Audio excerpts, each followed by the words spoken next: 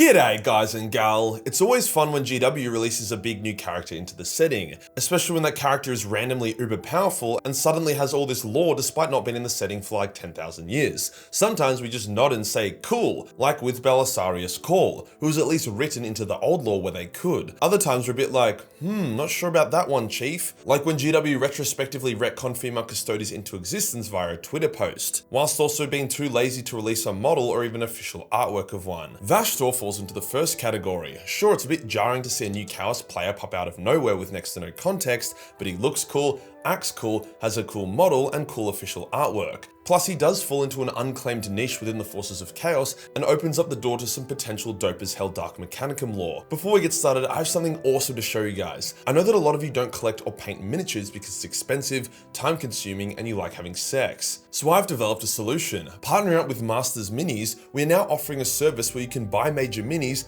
fully painted that are then shipped to your door. The mini will be assembled, based, painted, and varnished before being shipped worldwide. The best part is you get to choose what paint scheme on the model you would like, whether that be matching the display paint jobs that we do or having an entirely unique paint scheme. The way it works is that on the product pages, there is now a button that will take you to a form, or simply go to the nav, and that form allows you to pick what model you want pre-painted, and then you can describe the paint job you would like, as well as adding in demo images, extra info, and so on. You can also pick between two standards of painted mini. The first is Battle Standard, which will be more or less a speed paint. The mini will be completely eligible for tabletop games, will have a clear and distinct paint scheme, and will still look decent. And then there is the Parade Standard. These are the model paint jobs designed to be looked at closely. They take over double the amount of time that Battle Standard do to paint and are designed to really pop and stand out in your army. Now you may be thinking, fuck, this sounds expensive, but that's not even the case. Let's take Ra for example. To get Ra normally, it's about $16.50 USD, but if you want to get him painted to Battle Standard, it's only $41.25 USD, and that includes the cost of the model itself. Then to get it parade ready, like proper,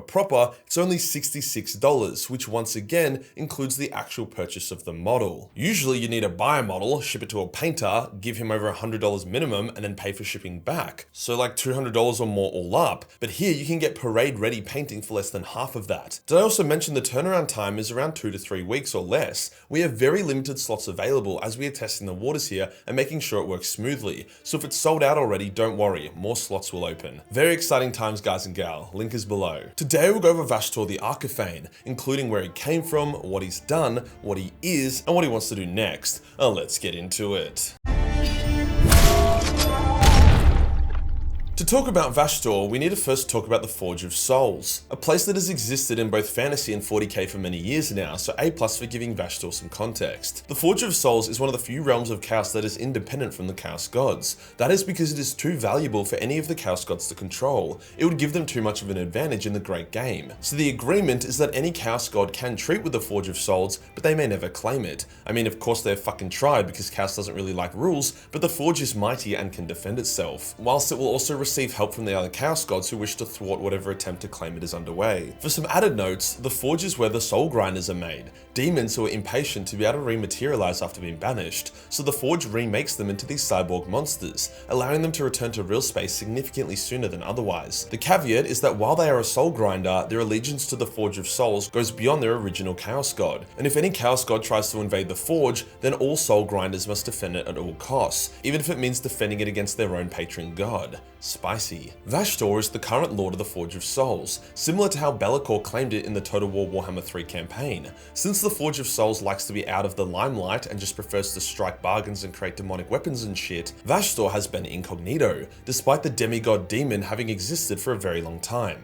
He is only appearing now because his ambitions have transcended beyond just being the master of the Forge, which explains why he hasn't appeared in the setting until now, and as explanation goes, I'll take it, it makes sense. Vashtorr gains power and strength through acts of innovation and curiosity, making him overlap a little bit with Tzeentch and Slaanesh. However, he gains the biggest boost when acts of mad science are performed and create stunning results. For example, the creation of the Necrons, the Primaris Marines, the Cursed Founding, even the creation of the Primarchs all would have empowered Vashtorr. As Vashtorr is a demon of Chaos Undivided, he is beholden to no one. Demons of Undivided are very rare, firstly because their creation process is much more complex than a normal demon. What I mean by that is whenever a Chaos God wants to create demons, they simply shed off shards of themselves. The bigger the shard, the more powerful the demon. However, when it comes to undivided demons, they have no god to spawn them, thus they must be spawned another way. Draknian was formed from humanity's first murder. Be'lakor was a demon prince so valuable to Chaos that none of the gods dare claim him for their own, and Vashtorr, well, we don't know exactly how this dude came about, but the lore theorizes that it could have been due to a very violent and mad sciencey arms race, probably during the War in Heaven. Other theories claims he rose to prominence during the Dark Age of technology, where mankind was rampantly accelerating their science and tech with zero regard to restraint or caution. Regardless, the dude is here. The second reason why Chaos Undivided demons are so rare is because if they do manage to spawn, they are often hunted down and destroyed by the forces of the other Chaos gods. If you can't control it, destroy it is sort of their vibe. So for them to avoid this fate, they have to be useful to all Chaos gods, which Vashtorr is since he is their dodgy arms dealer. Something I do really admire about Vashtorr is how much of an autist nerd he is. Unlike 99% of demons, Vashtorr doesn't really like to lie or mislead or trick you. He doesn't like making you sign contracts that have hidden caveats or plot twists. The T's and C's of his contracts are very specific, which just shows that demons that need to lie and trick are just obnoxious and terrible businessmen. So now I've got the lowdown on the big boy. What is he actually trying to do now? Whilst being the Lord of the Forge of Souls is cool and all, the man is bored and he wants to step up in the world, so he decided he wants to ascend to become the 5th Chaos God, something that every undivided demon and their cat wants to do apparently. But you can't just become a god, it doesn't work like that. You need something to fuel your ascension. For Be'lakor in Total War Warhammer, he used the soul and life force of Ursun to fuel his ascension. For Vashtorr, he can't get his hands on a gigantic ice bear god, so he has to be a bit more creative. Vashtorr discovered that there was a spicy lock somewhere that, if opened, would grant him the power he needed to ascend. However, the key had been split into numerous powerful artifacts that were scattered across the galaxy. It's not entirely clear what exactly the key unlocks, but what we do know is that it was created by the Old Ones, hence the lock it works on was also created by the Old Ones. Likely to lock something away of incredible and terrible power, like a chunk of chaos power or something, which would explain why the key fragments to unlock it are mysterious artifacts that are also very powerful by themselves. Vashtorr met up with Abaddon and was like, "Yo dude, I can help you build a fuckload of massive chaos space hulks, which you can use to devastate the Loyalist forces and push back the Indomitus Crusade. In return, you must give me all the key fragments that these Arks of Omen, as they will be called, recover." Abaddon was like, "Sick bro, let's do it." Hence the Arks of Omen campaign commenced. Many mighty chaos warships, built from dark sorcery and dozens of ships being crushed together in the warp, struck out at the galaxy. Now many of these Arks failed in their quest, destroyed by the Imperium or the Eldar, with some even being taken out by the Lion himself. But Vashtorr didn't need every key fragment. He made so many Arks with the margin of error in mind. After gathering most of the key fragments, Vashtorr needed a key fragment that was located on the rock, the Dark Angel's flagship. This fragment was the T'Chulcha engine, a sentient device that allowed for extremely accurate and powerful warp travel. It had faithfully served the Lion and his sons for over 10,000 years. To this end, he assaulted the rock directly with his forces, and just as the Dark Angels were about to lose, Be'lakor, the saltiest, most petty fuck in the entire setting, attacked Vashtorr. If Be'lakor couldn't ascend, then neither could Vashtorr. This surprise attack allowed the Dark Angels to survive and fend off Vashtorr, with Vashi and Be'lakor even getting into a duel.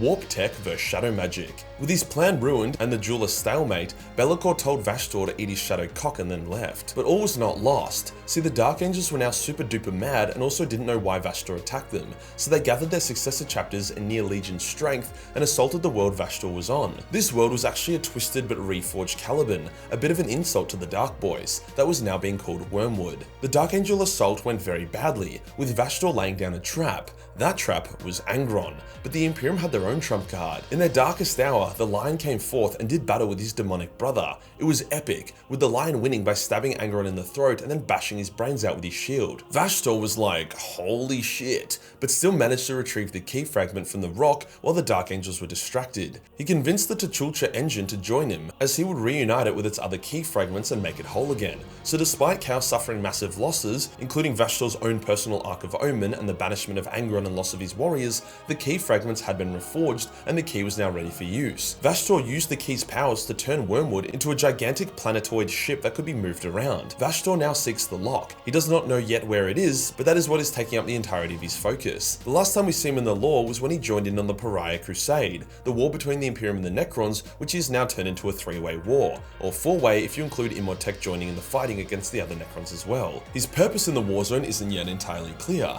but more likely than not, the war zone is either the location of the lock or a map to the lock. Either way, his presence has greatly pissed off Belisarius Cawl as well as the Silent King, with other Chaos forces, like Magnus the Red, conspiring to take down Vashtorr as well. Basically, everyone is starting to clue into his ambitions, and nobody wants to deal with the 5th Chaos God ascending, especially not the Chaos Gods. As for Vashtorr himself, how powerful is this dude currently? He's definitely solid, but not that powerful as a single entity. His power comes from his calculations, planning, and resources. He can easily hack and corrupt technology, but he would get dumpstered by any of the heavy hitters. The fact that official art has him literally dueling Azrael, and Azrael is still alive and well, should speak volumes to Vashtorr's lack of dueling power. He can fly though, so that's pretty cool. If you enjoyed the video and you want to support the channel, then pick up a pre-painted Major Mini. I'm so excited to be able to finally offer this service. If it's sold out or you don't want a pre-painted one, then why not also just pick up an unpainted Major Mini? Hit the subscribe button and hit the real subscribe button for more technical hentai monster content. Join the Discord for more memes, and I'll see you in the next one. Peace.